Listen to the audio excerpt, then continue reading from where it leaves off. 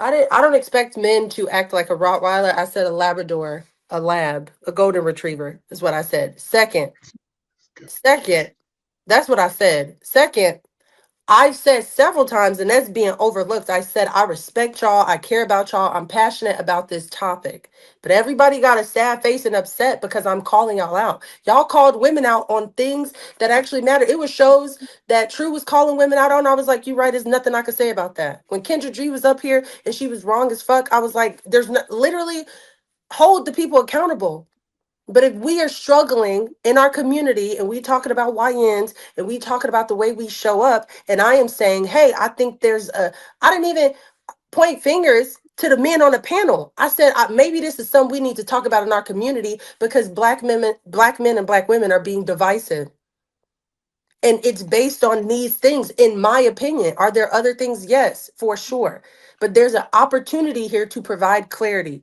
There is no connection between black women and black men, so much so that we argue. And when we do argue, it's black men are doing this, black women are doing that.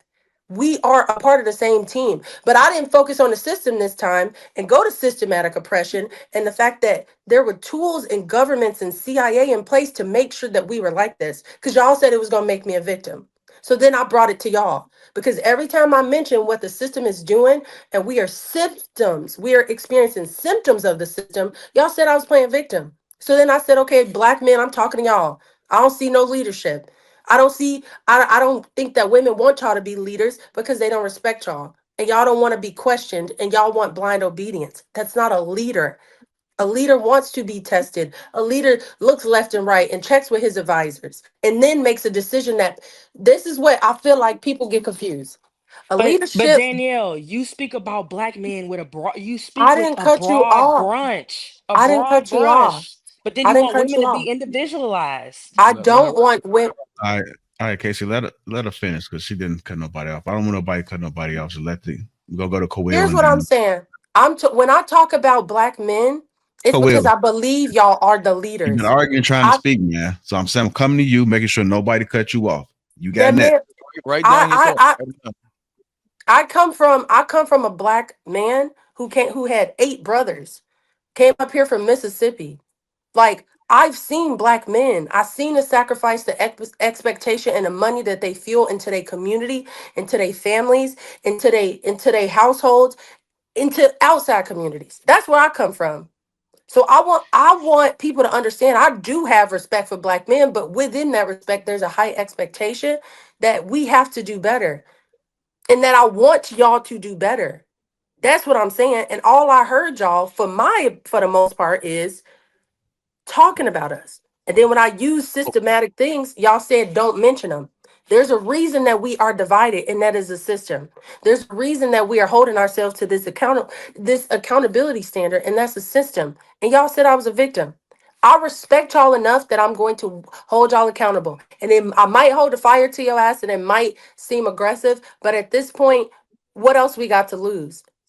Take the Oh, advice. I'm not trying to be nice. Y'all have had people be nice. And I respect Khalil because I heard him talk about how he take care of his sons, how he got his own space for them, how he provide for them, how he set up a spending plan, how he made sure he was working, how he made sure even though he was having issues with his BMs, he still took care of his kids. I respect that.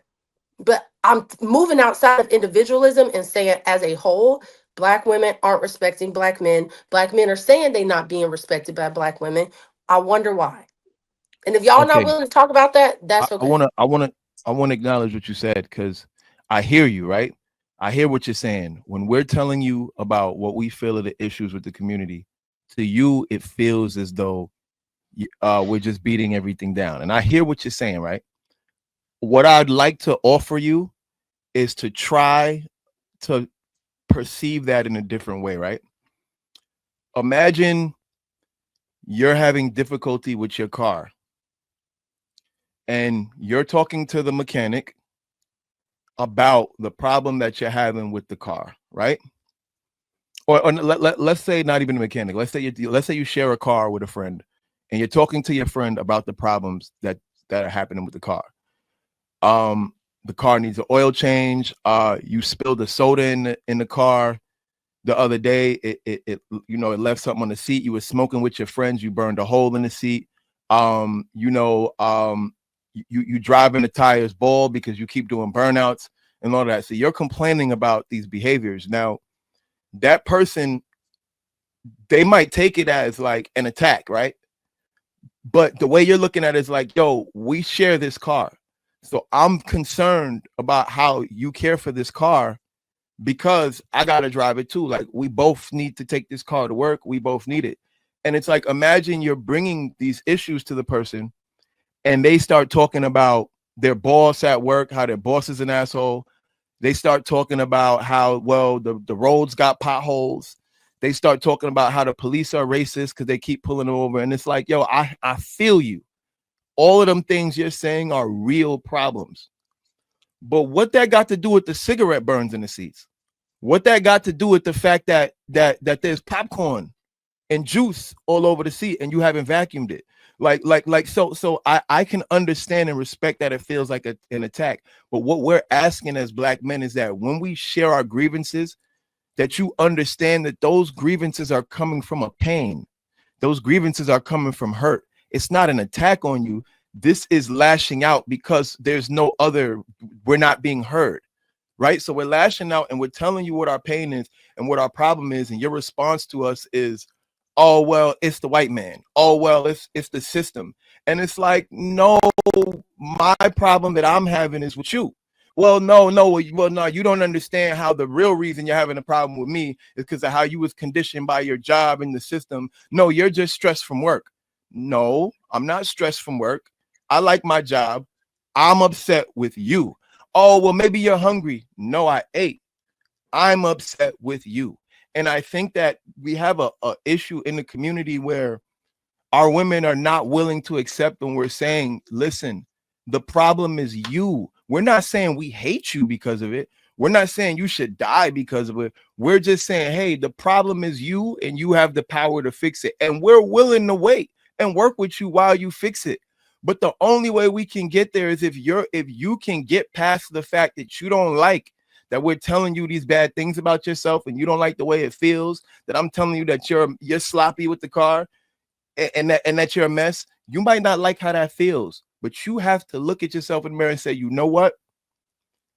This is how he really feels. And if he really feels that way and he really cares about me, then something about this has to be true, because he wouldn't tell me of this just to hurt me and just to tear me down. So since he's not saying this just to tear me down, let me look in the mirror and see where I can acknowledge him and say, you know what? Look at us and say, you know what? I could see where you're coming from. You're right. I should have cleaned up that stuff. I was moving a little too fast and didn't think about it, but you know what? That's not an excuse. I can do better.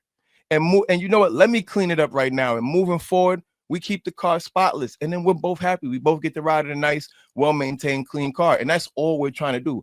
We're trying to confront you with our issues, but honestly, a lot of it comes from an angry place. So I get why you feel that. But this is for the world to know. These conversations, when we're having them with women and where it seems like we're beating down on you and we're placing the blame, we're literally just trying to acknowledge our pain. And all we want y'all to do is acknowledge it too, and say that you're willing to work on it so that we can actually come together. Because guess what? Once you start keeping the car clean, guess what? I can no longer complain about that.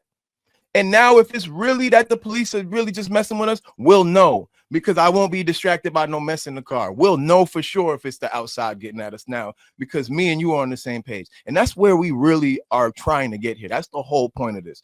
So I apologize if I came off as though I'm here just trying to attack women or attack you personally or anything like that. Because again, and I don't think any of the men's intention on this is to do that. But I don't think sometimes y'all realize we got pain. We got a lot sitting with us. We deal with a lot from the world and from y'all specifically that maybe y'all just can't imagine, but we're trying to give you a glimpse into our world. And we need y'all to open up your minds, open up your ears, and open up your hearts, and be a little bit more empathetic to really be able to accept what it's like living in our shoes, so you can really feel us and connect with us, because we're trying with y'all, honestly.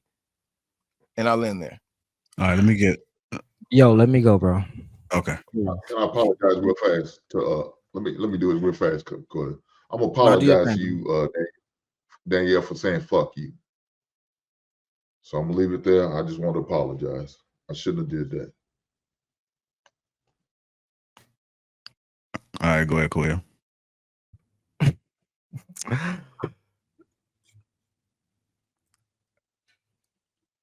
This is just a show psychologically, even if other women of color, black women, other women in poverty, whatever you want to call it, or just black women of our culture. That's how they feel. Even if they don't even know how to express it the way Danielle was able to pinpoint it, the way she pinpointed it. But that's the way that they feel. They look around and they just see a majority, forgetting that we're only 13% of the population, and just and seeing like, oh damn, they got that shit, they got that shit, they got that shit. Well, some black people got shit, but none of the niggas I fuck with got that shit, so these niggas is trash. That's just one thing. And then the fact that she gaslit us with the femininity, and because she's kind of cute, to where these two niggas just apologized. It's just like, damn. It's like,